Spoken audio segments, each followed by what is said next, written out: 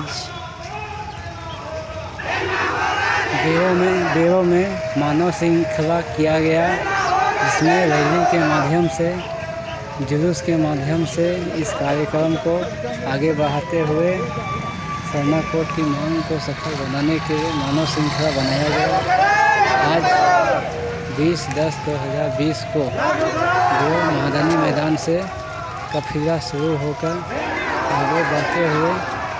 पूरा देवों में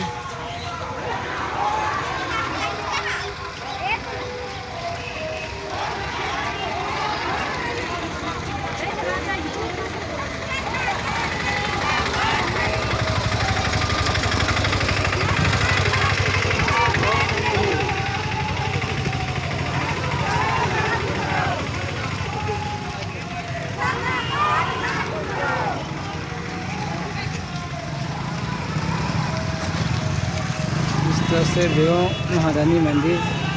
मैदान से होते हुए मेन चौक से लेकर पूरा देवों में घूमते हुए बनाया गया।